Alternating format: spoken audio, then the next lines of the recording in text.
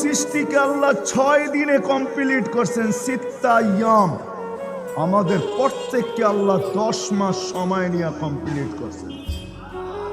অথচ আল্লাহ আল্লাহ আল্লাহ আমরুহু বাইনাল কাফি ওয়ান নুন ইযা আরাদা শাইআন আন ইয়াকুলা লাহু কুন ফায়াকুন।